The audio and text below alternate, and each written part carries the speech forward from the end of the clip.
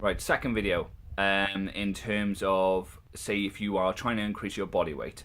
Me currently, I'm at 102 kilos, and I've been stuck at 102 kilos for at least 2 weeks now, 3 weeks, and I've tried chucking in a couple of cheat meals per week. One day in particular, my calorie count was well over 9,000 calories for the day, just going all out just to create a massive stimulus, a massive calorie surplus to see if it'll just stimulate anything.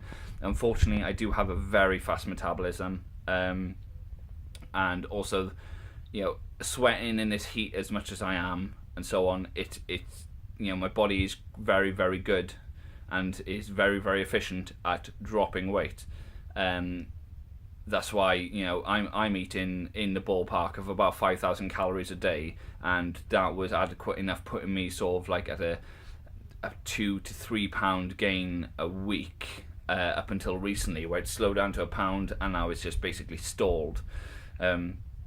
So for me, that indicates that my strength, although is going up very slowly, bit by bit, but also I want the weight to reflect on the scale. Measurements, I haven't really been on top of the measurements as best as I should have.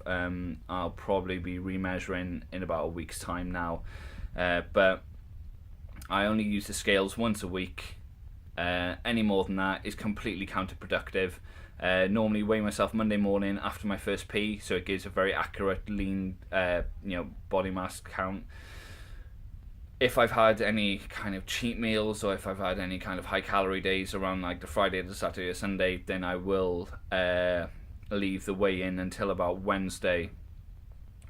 Same thing in the morning after the first pee, so it just allows you to expel any excess water you may be holding, or any kind of potential any potential kind of knock-on effect from that bit of cheat meals or whatever you've been eating. So I'm fully aware that because my weight has stalled in terms of its increase, I'm looking at reintroducing meal number 7. Just something quick and easy. I mean, I haven't got a big appetite, if I'm honest, and eating 6 meals a day, especially when you're a bit short on time and so on, it is a hard push. I mean, it's, in my opinion, it's one of the hardest things about this whole kind of lifestyle and everything, is that it's the eating, it's the cooking, it's all the prepping. The gym bit is the fun bit. The gym bit is your place where you can go to just get all your frustrations and all your anger out, and also have that kind of endorphin release after it, where you get all that pleasurable sensation of completing exercises and so on. But anyway, yeah, so I'll be bringing in a 7th meal, approximately around about 300 calories extra a day. That I'm hoping over the course of the week will make a noticeable difference. In terms of increasing your weight count, there's no need to go quite drastic. I mean, I've heard of people going from a dieting phase where they were barely eating 1,600 calories, and then all of a sudden they decided that, all right, I'm going to up my calorie count by like 1,000, 2,000 calories because I'm bulking. But you will put on quite a lot amount of body fat in that time period, until your body kind of recalibrates and readjusts it, because it's got more lean tissue mass from the manipulation of the diet and the training and being in that calorie surplus. But why have that excess body fat when you're going to be cutting it again at a certain point?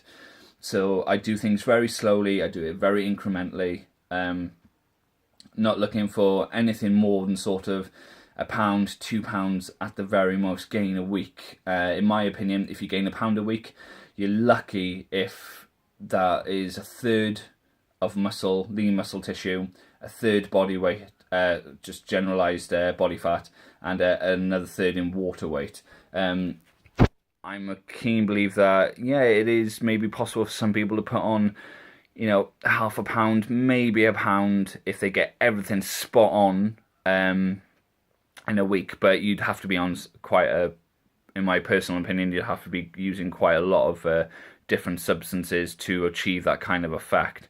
It's a very slow process, and in my experience, that everything else should be targeted to that kind of time frame where you're not expecting ridiculous results, because that's when you're gonna smash on a lot of belly fat, your conditioning is gonna look like shit. And the leaner you stay through this whole process, when you are training a particular body part, you'll be able to see the tension that muscle is being put on. So it's very easy to kind of create and visualize that muscle-mind connection, which is so important when you're trying to put on body mass, especially lean muscle mass. So yeah, I mean, staying leaner through this whole process in barely over sort of between 150 to 300 calories over your calorie maintenance is a good window. Personally, I would recommend, because you're not going into the realms of super excess, but at the same point you're giving that surplus that your body is needing to create that new muscle tissue. Right guys, end of the second video. I'll go into the third straight away.